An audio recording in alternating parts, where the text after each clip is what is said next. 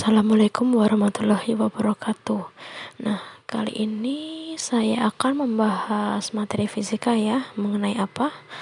Mengenai materi kelas 11 semester 1, yaitu dinamika rotasi. Nggak kelihatan.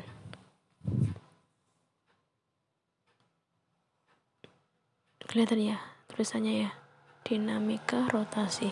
Dinamika itu adalah gerak, rotasi itu adalah melingkar. Jadi dinamika rotasi ini adalah membahas tentang gerak yang arahnya melingkar. Nah, yang pertama dibahas di sini adalah momen gaya atau torsi. Ya, torsi. Terus simbolnya seperti ini. Namanya ini adalah tau ya. Sebutannya adalah tau. Nah, misalnya aja ini ada pintu ya. Gambarnya seperti ini, pintu. Nah, ada gagang pintunya. Kenapa kok gagang pintunya ditaruh di tepi, jauh dari engselnya? Kok nggak di dekatnya, di sini atau di sini? Kenapa ya? Nah, contoh lagi, ada kunci Inggris. Terus kemudian untuk memutar mur, nah lebih enak kalau kita memutarnya di samping sini atau sini, di tepi, lebih tengah atau lebih dekat dengan murnya. Ayo yang mana? Nah, jadi untuk yang pertama nih ya, untuk pintu itu ditaruh di pinggir. Kenapa? Karena agar lebih mudah untuk berputar. Lah, untuk yang kunci Inggris tadi, pilih yang lebih jauh dari porosnya, lebih mudah untuk memutarkan. Lah, kenapa? Karena torsinya besar. Nah, jadi torsi itu apa sih? Jadi torsi itu adalah kecenderungan benda untuk berputar. Nah, dari sini bisa dipahami ya. Jadi torsi itu adalah kecenderungan benda untuk berputar. Nah, ini berputar. Persamaannya seperti ini. Tau sama dengan F kali D. Apa itu tau? Tau itu adalah momen gaya atau torsi. Sedangkan gaya adalah gaya yang diberikan. Contohnya ketika pintu, berarti dorongannya itu yang dipakai gaya. Terus kemudian D itu adalah lengan gaya, yaitu letak gaya diberikan terhadap porosnya. Nah, syaratnya apa? Antara F dengan D itu harus saling tegak lurus atau membentuk 90 derajat. Nah,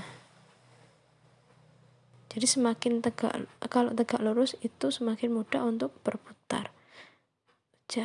Saling tegak lurus. Nah, terus kemudian ini contohnya lagi, kunci Inggris untuk memutar bautnya dikasih gaya tapi tidak tegak lurus. Nah, segini. Nah, ini gimana taunya? Nah, ini ada dua cara ya. Oh iya, tuh taunya gimana? Nah, syaratnya kan harus saling tegak lurus ya ini ya. Ada dua cara. Yang pertama itu, ini saya kasih gambar ya. Saya gambarkan yang pertama. Nah, ini. Oh ya, lupa itu saya perpanjangkan. Yang pertama adalah memperpanjangkan gayanya. Oh ya, lupa, ini ada R panjangnya itu, terus kemudian ada sudutnya yang dibentuk antara F terhadap semu X. Nah, yang udah kita ketahui bahwa yang berseberangan itu tetanya sama ya. Nah, antara F itu tegak lurus. Nah, D-nya itu yang tegak lurus, F diperpanjangkan, set, kemudian ini F dengan D saling tegak lurus, F kali D. Nah, D-nya apa? D-nya ada di depannya sudut. Coba dilihat nih. D depannya sudut. Di depannya sudah dikalikan sin FR sin theta. Udah, yang cara kedua tuh kita gambarkan lagi sama kayak tadi. Nah, yang kedua adalah dengan menguraikan gaya-gayanya atau menguraikan besaran F atau R yang belum tegak lurus. Ini kita mengulangi lagi materi vektor. Jadi F-nya itu ya. Nah, ada Fx, ada Fy. Nah, kita gunakan yang mana? Mana yang tegak lurus terhadap R? Adalah Fy-nya. Berarti nilai taunya sama dengan Fy kali D. Fy-nya di depannya sudut. Kalau Fx di sampingnya sudut. Nah, ini saya simulasikan ada segi 4 ya. Sudutnya di situ. Nah, itu berseberangan. Jadi F kali sin theta kali D. Nah, sama. Yaitu F sin theta kali D sama kan. Maaf, R. Nah, jadi itu ya. Itu porosnya. Nah, tuh. Caranya gimana? Nah, itu porosnya. Jika diberi gaya ke atas ya, sebelah kanannya poros, maka arahnya berlawanan arah jarum jam. Nah, di sini kita beri ketentuan kalau berlawanan arah jarum jam nilainya negatif. Kalau berlawanan arah jarum jam nilainya negatif, kalau searah positif. Nah, tapi sebagian buku itu berbeda ya, jadi kalian ambil salah satu aja. Kita ambil yang berlawanan arah negatif, yang searah jarum jam itu positif. Nah, terus kemudian kalau gaya yang diberikan itu merupakan perpanjangan dari porosnya, gimana? Nah, taunya gimana ya nih kira-kira? Atau kalau kamu buka pintu tapi buka pintu pas engselnya. Nah, taunya 0. Kenapa? Nah, karena dia tidak memiliki lengan gaya. Lengan gaya atau D sama dengan 0. Nah itu kan, D-nya sama dengan 0. Nah, ini mengakibatkan nilai momen gayanya atau torsinya juga sama dengan 0. Paham ya dari sini ya? Nah, sekarang gimana kalau 2 atau 3 atau 4 atau lebih dari, pokoknya lebih dari 2 gaya. Nah, sekarang kita buat contoh aja momen gaya pada benda dengan gaya lebih dari 1. Momen gaya pada benda dengan gaya lebih dari 1. Semoga tulisannya terbaca ya ini ya.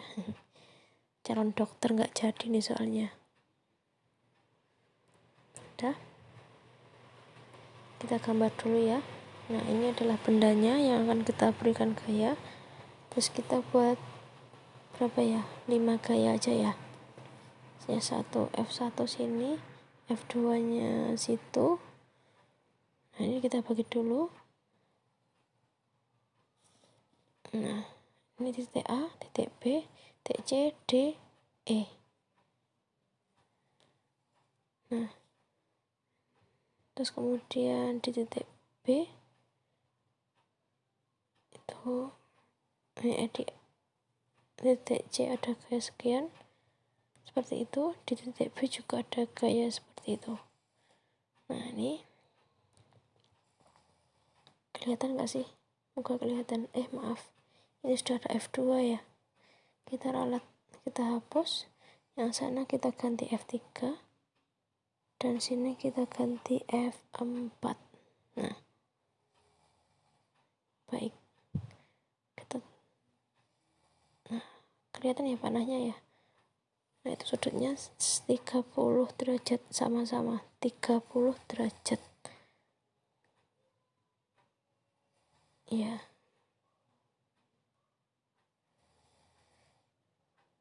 Nah,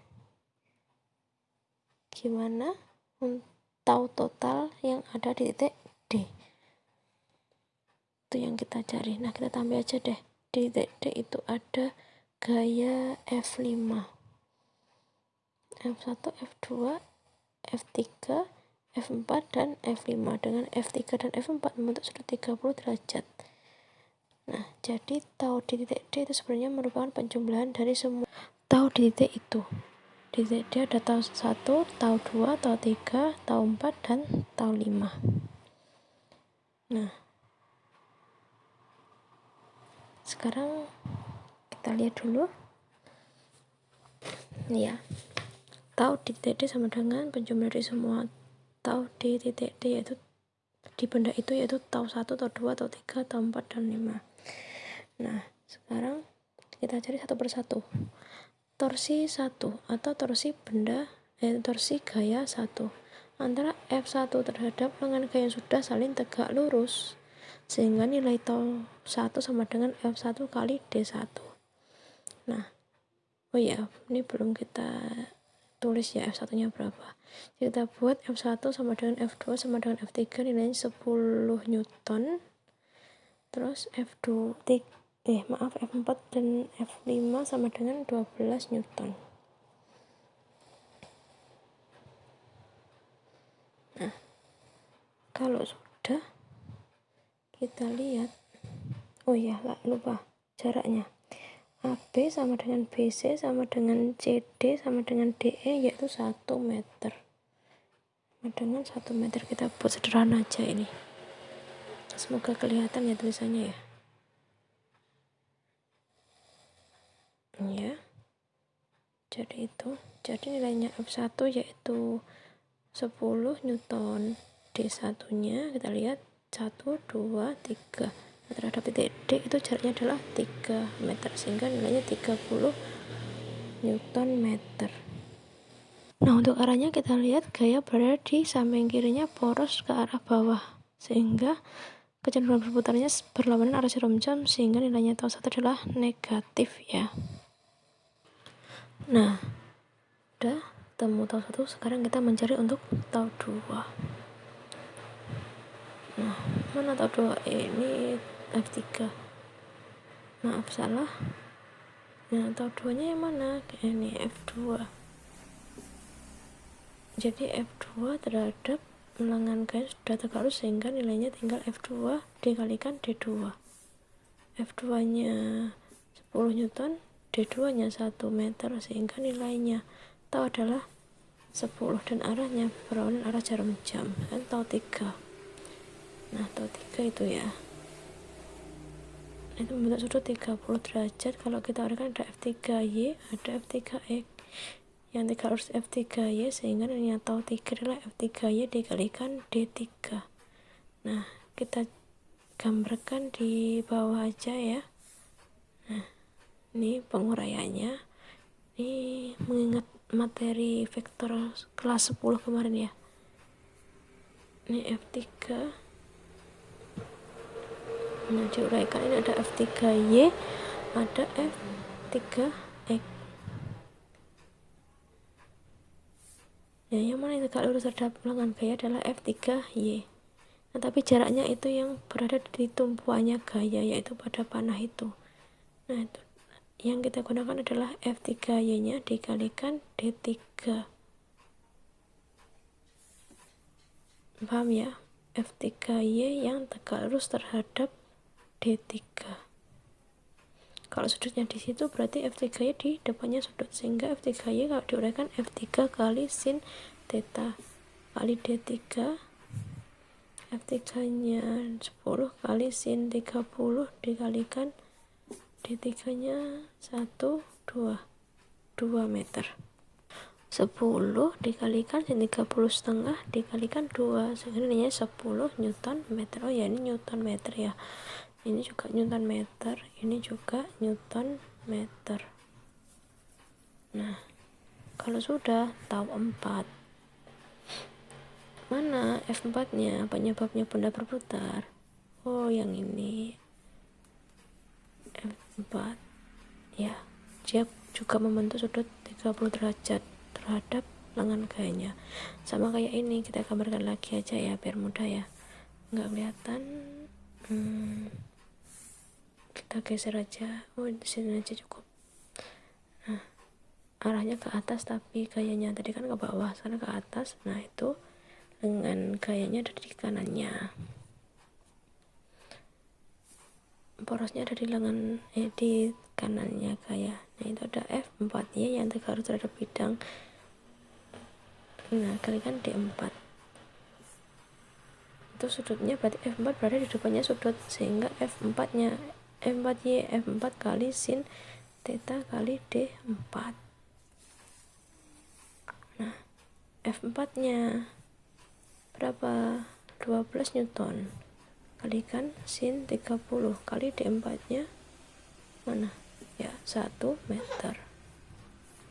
Nah, sehingga nilainya 12 kali sin 30 yaitu setengah dikalikan 1 yaitu 6 Newton meter. Nah, yang terakhir adalah tau 5.